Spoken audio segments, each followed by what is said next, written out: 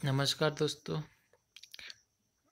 हम पढ़ रहे थे राजस्थान कला और संस्कृति, जिसके अंतर्गत हम राजस्थान के लोक नृत्य पढ़ रहे थे। हमने पिछले लेक्चर में राजस्थान के लोक नृत्य जो जनजातीय लोक नृत्य कंप्लीट कर लिए थे। आज हम जो बाकी एक बचे हुए हैं, क्षेत्रीय लोक नृत्य, सामाजिक और धार्मिक लोक नृत्य और वैश्विक लोक नृत्य पढ़ेंगे, जो आपके पटवारी और कांस्टेबल एग्ज़ाम और राजस्थान के किसी भी गवर्नमेंट एग्ज़ाम के लिए उपयोगी होंगे। तो बिना टाइम वेस्ट किए शुरू करते हैं आज का अपना लेक्चर। शुरू करने से पहले से आपसे निवेदन है कि आप हमारे चैनल को सब्सक्राइब कीजिए तथा हमारे वीडियोस को शेयर और लाइक कीजिए, ताकि आपके दोस्तों को पता चल सके। चलिए शुरू करते हैं आज का अपना लेक्चर। तो हमने पिछले लेक्चर में जनजातीय लोक नृत्य पढ़ लिए थे। आज हम पढ़ेंगे क्षेत्रीय लोक नृत्य। तो पहला अपना क्षेत्रीय लोक नृत्य, तो उसमें क्षेत्रीय में पहला शेखावाटी क्षेत्र देख लेंगे। तो शेखावाटी क्षेत्र कौन कौन से पहला है गीदड़ नृत्य। गीदड़ नृत्य होली के अवसर पर पुरुषों द्वारा वर्ताकार घूमते हुए किया जाता है और आसपास के व्यक्ति डांडिया भिड़ाते हुए नृत्य करते हैं।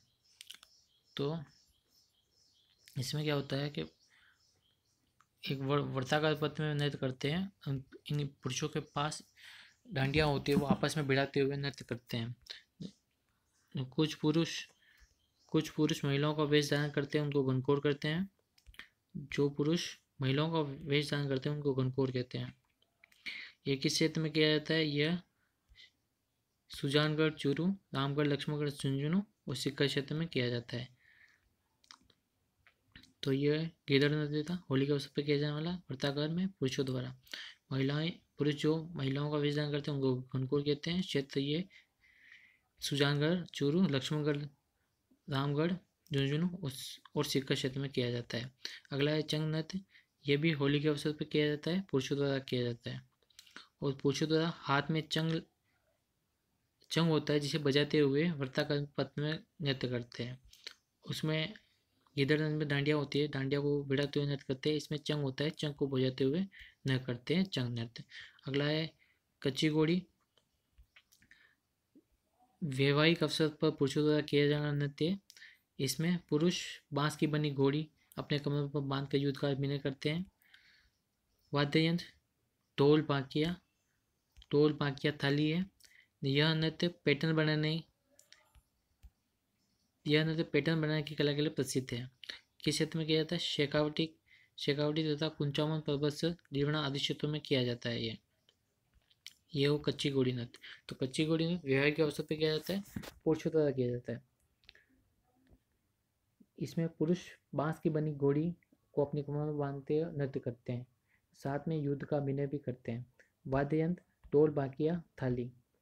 यह नृत्य पैटर्न बनाने की कला के लिए प्रसिद्ध है।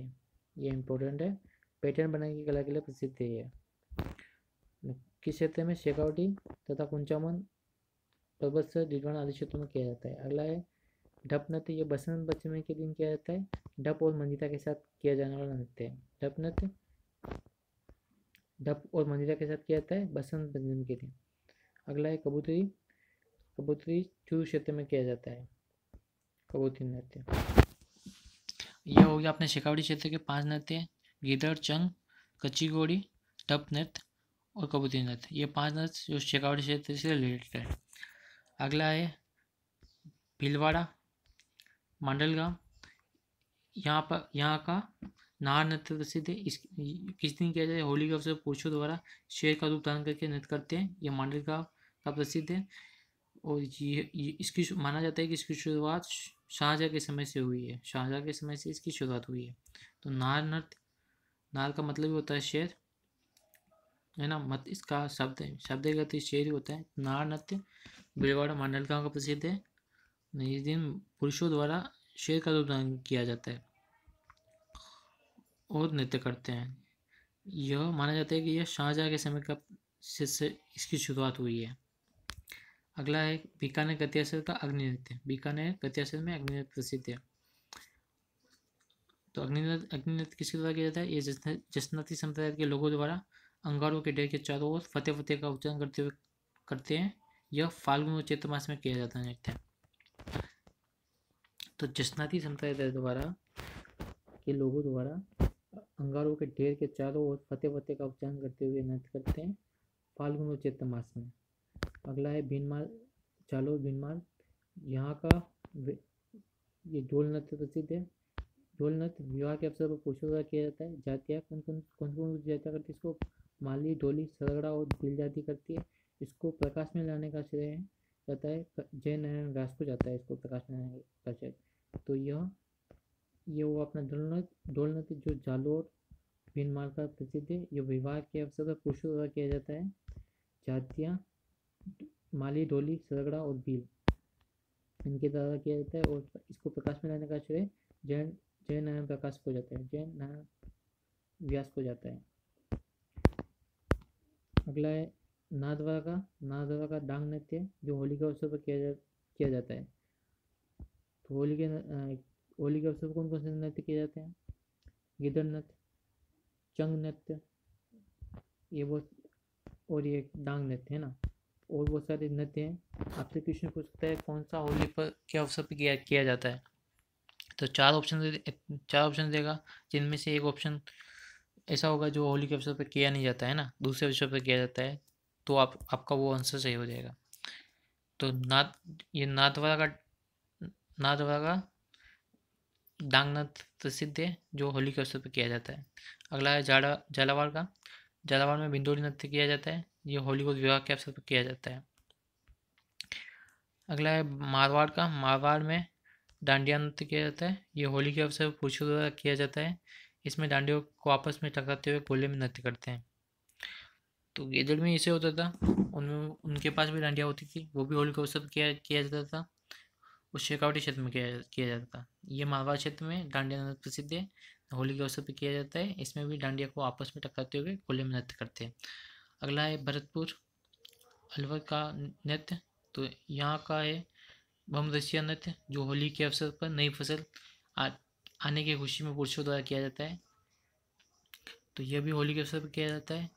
किस लिए किया जाता है? नई फसल आने की खुशी में पुरुषों द्वारा किया जाता है। इसमें नंगाड़ों की ताल के आधार पर 3 वर्ग होते हैं। तो नंगाड़ों की ताल के आधार पर इस नृत्य में 3 वर्ग बन जाते हैं, ये आपको बताना चाहिए। 3 वर्ग बन जाते हैं नगाड़ों की ताल के आधार पर। ये हो गया अपने क्षेत्रीय नृत्य। तो ये अलवर भरतपुर का भमरसिया नृत्य है जो होली के अवसर पर किया जाता है। मारवाड़ का डांडिया नृत्य प्रसिद्ध है जो होली के अवसर पर किया जाता है। जो झालावाड़ का बिंदोरी नृत्य है जो भी होली को विवाह के अवसर पर किया जाता है। नाथद्वारा राजसमंद का डांग नृत्य प्रसिद्ध है जो होली के अवसर पर किया जाता है। अगला जालोर भीलवाड़ा का ढोल नृत्य प्रसिद्ध है जो विवाह के अवसर पर पुरुषों द्वारा किया जाता है। अग्नि नृत्य जो बीकानेर कतियासर का प्रसिद्ध है। भीलवाड़ा का नार नृत्य प्रसिद्ध है। शेखावटी के ये गिदड़ नृत्य, चंग नृत्य, डब नृत्य, कच्ची घोड़ी नृत्य और कबूतरी नृत्य ये शेखावटी के प्रसिद्ध है। ये हो गए अपने क्षेत्रीय नृत्य। अगला है अपने वैसे नृत्य। तो वैसे में भवई नृत्य तो उदयपुर क्षेत्र में भवई जाति द्वारा किया जाता है। ये जाति द्वारा उदयपुर में भवई जाति रहती है, उनके द्वारा किया जाता है। यह इसमें स्त्री पुरुष दोनों नृत्य करते हैं। यह नृत्य कलात्मक अदाकारी की जाती है। इस नृत्य में कलात्मक अदाकारी की जाती है ना।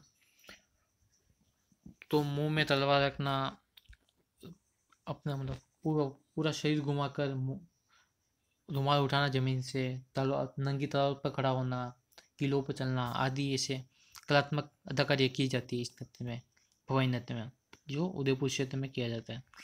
अगला है तेरह तली नृत्य। तेरह तली जैसलमेर, पाली, नागौर, उदयपुर आदि क्षेत्र में किया जाता है। यह जैसलमेर, पाली, नागौर, उदयपुर आदि क्षेत्र में किया जाता है। कामर जाति की महिलाओं द्वारा किया जाता है। यह कामर जाति की महिलाओं द्वारा। इसमें 13 मंजीरों का प्रयोग किया होता है।